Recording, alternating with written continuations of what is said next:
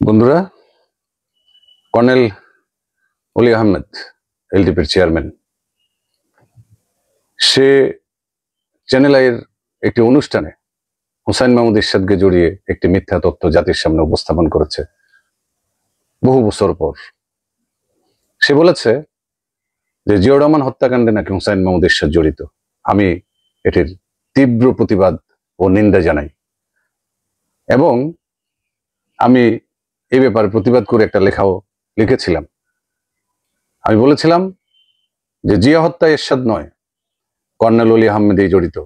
এই জন্য বিএনপি থেকে তাকে বহিষ্কার করা হয়েছে এবং বিএনপি থেকে, সেই বিএনপির একসময় মন্ত্রীও ছিল, যোগাযোগ মন্ত্রী ছিল। বিএনপি যখন বিএনপির নেতৃবৃন্দরা অথবা বেগম খালেদা জিয়া এবং তারেক রহমান সাহেব যখন জানতে পারলেন যে কর্নেল অলি জিয়া হত্যায় জড়িত, তাৎক্ষণিক তাকে দল থেকে টার্মিনেট করে দেওয়া হয়েছে। তার পরবর্তীতে সে বদরুদ্দোজা চৌধুরীর সাথে বিকল্প ধারার সাথে মিলিত হয়ে এলডিপি এবং বিকল্প ধারা একটি ঐক্য গঠন করে একসাথে ছিল। কিন্তু বদরুদ্দোজা চৌধুরীও যখন জানতে পারলো যে কর্নেল অলি আহমেদ জিয়াউর রহমান হত্যার সাথে জড়িত, বদরুদ্দোজা চৌধুরীও তাকে বের করে দিয়েছে। তা আমি এটা এইভাবে লিখেছিলাম যে কর্নেল অলি এতদিন পর জিয়াউর রহমান হত্যায় হুসাইন মাহমুদ এরশাদকে জড়িয়ে কেন আজগুবি বক্তব্য দিচ্ছে। এই জন্য জাতীয় পার্টি তার বিরুদ্ধে মানহানির মামলা করা উচিত। বিএনপি 3 বার ক্ষমতায় ছিল।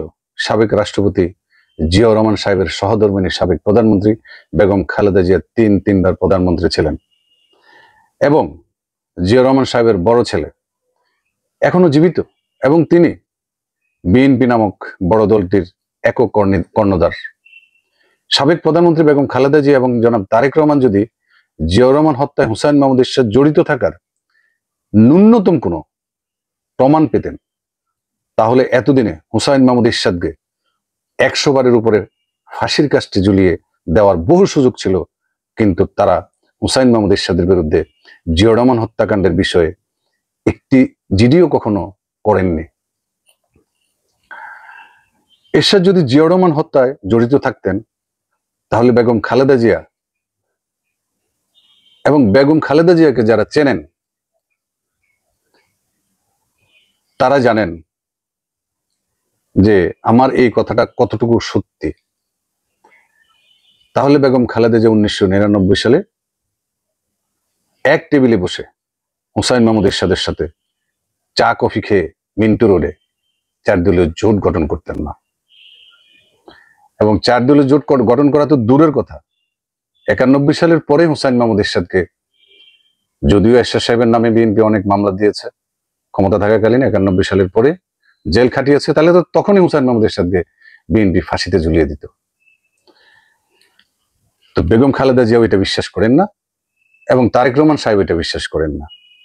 বরং হুসাইন মাহমুদ এরশাদের একজন কর্মী হিসাবে বলতে চাই, কর্নেল অলি আহমেদ জিয়াউর রহমান হত্যাকাণ্ডের সাথে জড়িত ছিল বলেই বিএনপি থেকে বেগম খালেদা জিয়া এবং তারেক রহমান সাহেব 2 লাথি মেরে কর্নেল অলিকে বিএনপি থেকে বের করে দিয়েছেন। সুতরাং বেগম খালেদা জিয়া এবং তারেক রহমান সাহেব কর্নেল অলিকে বিএনপি থেকে বহিষ্কার করে প্রমাণ করেছেন কর্নেল অলি মেটিকুলাস ডিজাইনে জিয়াউর রহমানকে হত্যা করেছে। সবাই ভালো থাকবেন। ধন্যবাদ সবাইকে।